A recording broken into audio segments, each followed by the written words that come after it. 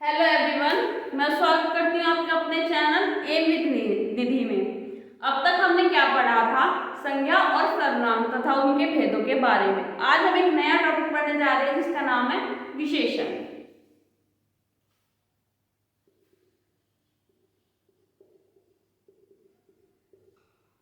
जो शब्द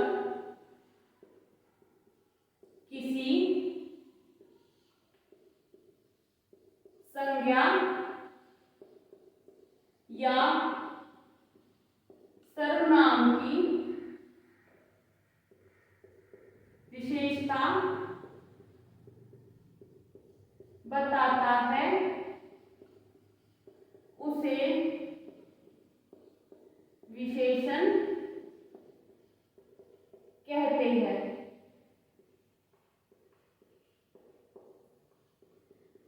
यहां हमने लिखा जो शब्द किसी संज्ञा या सर्वनाम की विशेषता बताता हो उसे विशेषण कहते हैं।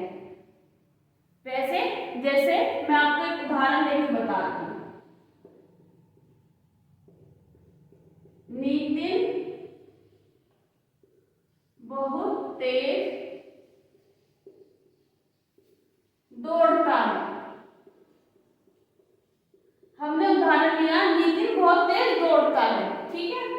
तो उसमें हम क्या बता रहे नितिन के बारे में कि वो तेज दौड़ता है, तेज कर रहा है ना, वो रेस तेज मार रहा है, वो एक क्रिया को तेज कर रहा है, ठीक है। या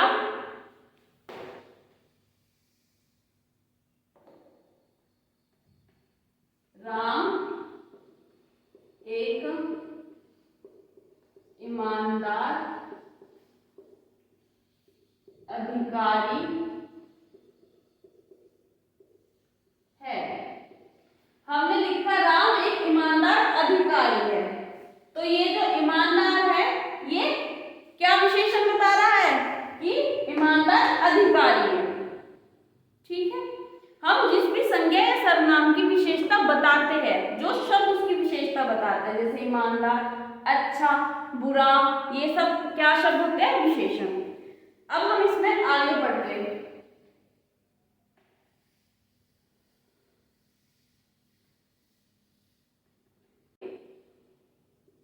जिस शब्द की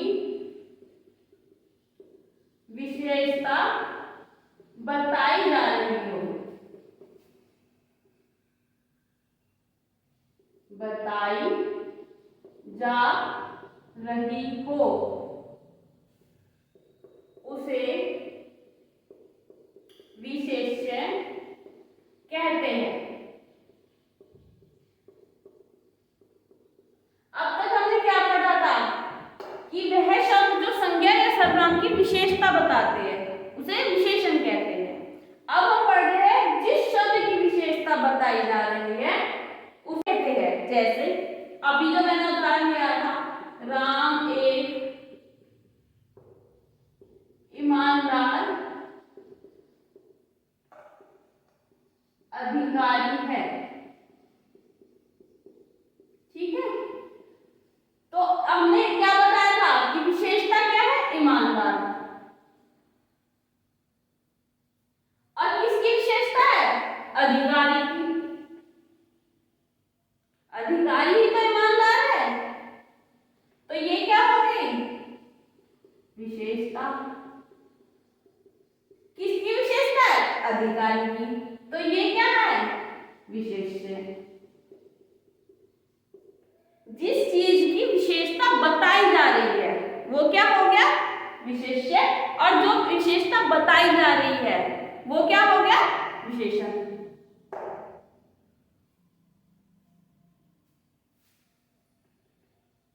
मैंने यहां गलती से लिख दिया, सॉरी, यहां आएगा विशेषण, ठीक है। ऐसे मैं और उदाहरण देती हूं।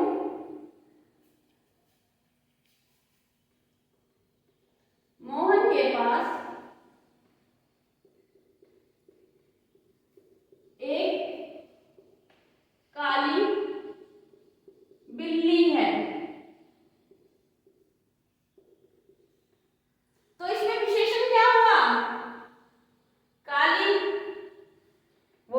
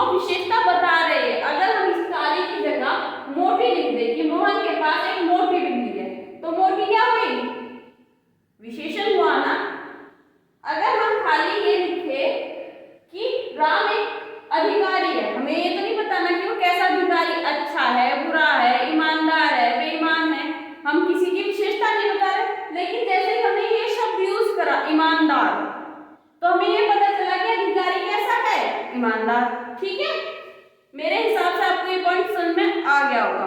आगे बढ़ते हैं हम इसी में।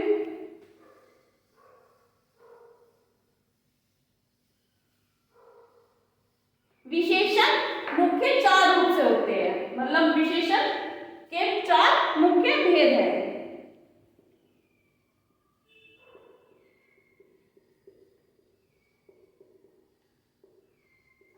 पहला गुणवाचक विशेषण, दूसरा संख्यावाचक विशेषण, तीसरा परिमाणवाचक विशेषण और चौथा सार्वनामिक विशेषण।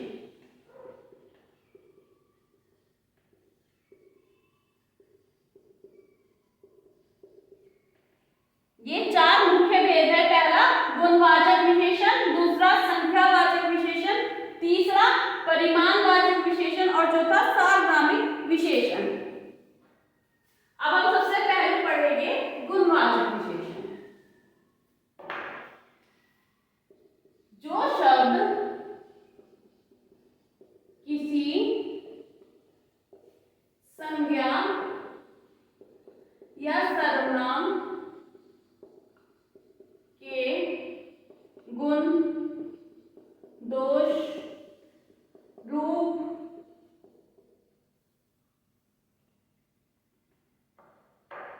आकार, रंग, गंध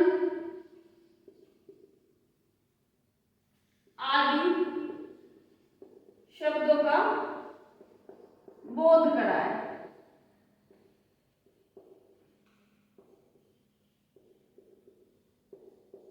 वह गुणवाचक विशेषण कहलाता है। हमने यह परिभाषा लिखी, जो शब्द किसी संज्ञा या सर्वनाम के गुण, दोष, रूप, रंग, आकार, गंध आदि का बोध कराए वह गुणवाचक विशेषण कहलाता है। ठीक है, जैसे इसके नाम से हमें पता चल रहा है कि हम किसी के गुणों के बारे में बात कर रहे हैं। वो गुण अच्छे हैं या उसमें अवगुण है, या उसका रंग कैसा है, या उसमें गंध कैसी है, खुशबू है या कोई और प्रकार की गंध है, या उसका आकार कैसा है, ये सब आएगा हमारे गुणवाचक विशेषण में। जैसे मैं आपको उदाहरण के बताती हूँ।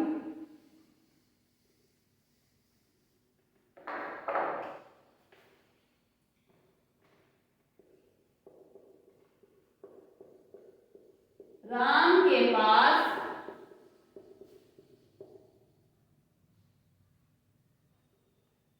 लाल रंग की गाड़ी है। हमने लिखा राम के पास लाल रंग की गाड़ी है। ठीक है, तो ये जो रंग है, या हम इसको ऐसे भी लिख सकते हैं, राम के पास लाल गाड़ी है।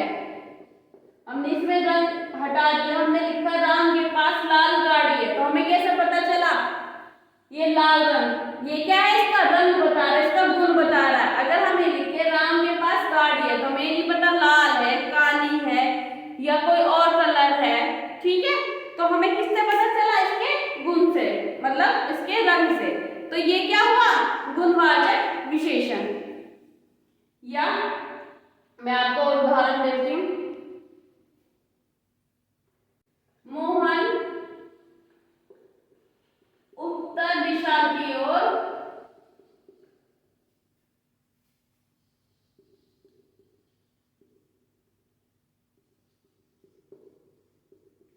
जा रहा है।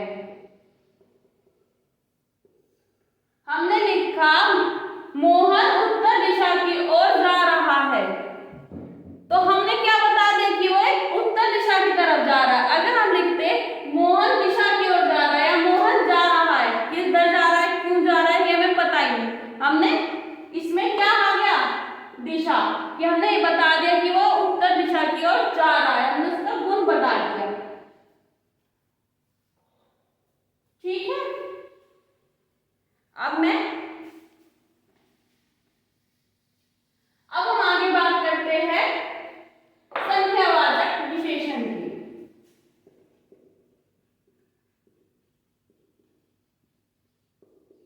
विशेषण, वह विशेषण जो अपने विशेष्यों के निश्चित या अनिश्चित संख्या का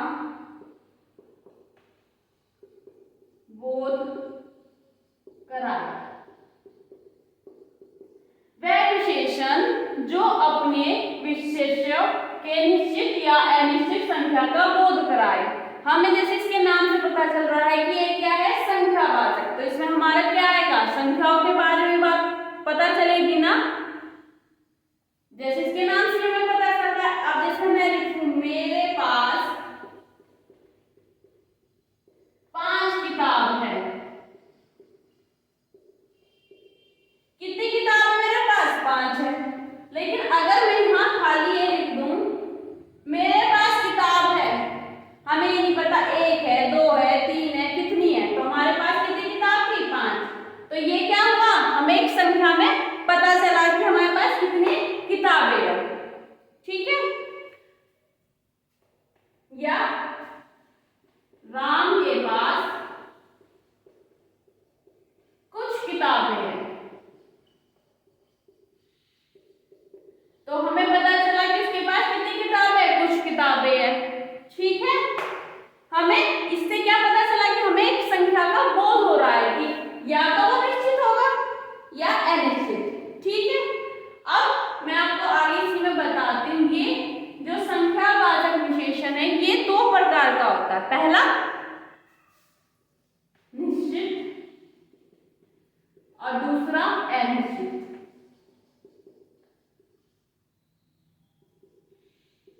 जैसे मैंने अभी आपको बताया, इसमें संख्या निश्चित होती है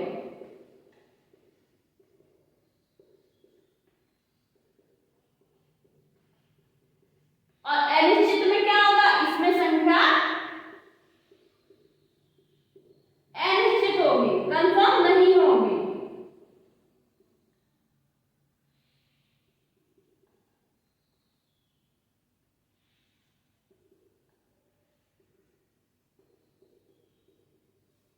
अभी जैसे मैंने उदाहरण दिया था कि मेरे पास 5 किताब है, तो हमने क्या लिखा, मेरे पास 5 किताब है, तो 5 क्या है, कंफर्म है, निश्चित है, तो वो क्या आएगा, निश्चित संख्यावाचक में। लेकिन मैं लिखूं मेरे पास कुछ पेन है, तो कुछ में हमें पता नहीं है कि कितने पेन है, या मैं लिखूं मैं राम से 5 घंटे ज्यादा पढ़ी, तो वो क्या हो गया कि 5 घंटे हमें पता चल रहा है कि मैं उससे कितना ज्यादा पढ़ी, हमें संख्या में पता चल रहा है। और अगर मैं कहूँ मैं राम से कुछ घंटे ज्यादा पढ़ी, तो हमें ये नहीं पता चल पाएगा कुछ में वो ज्यादा पढ़ी हूँ या कम पढ़ी हूँ, कितनी देर पढ़ी हूँ, तो कोई निश्चित नहीं है, तो वो सब किसमें आएगा, अनिश्चित संख्यावाचक विशेषण में।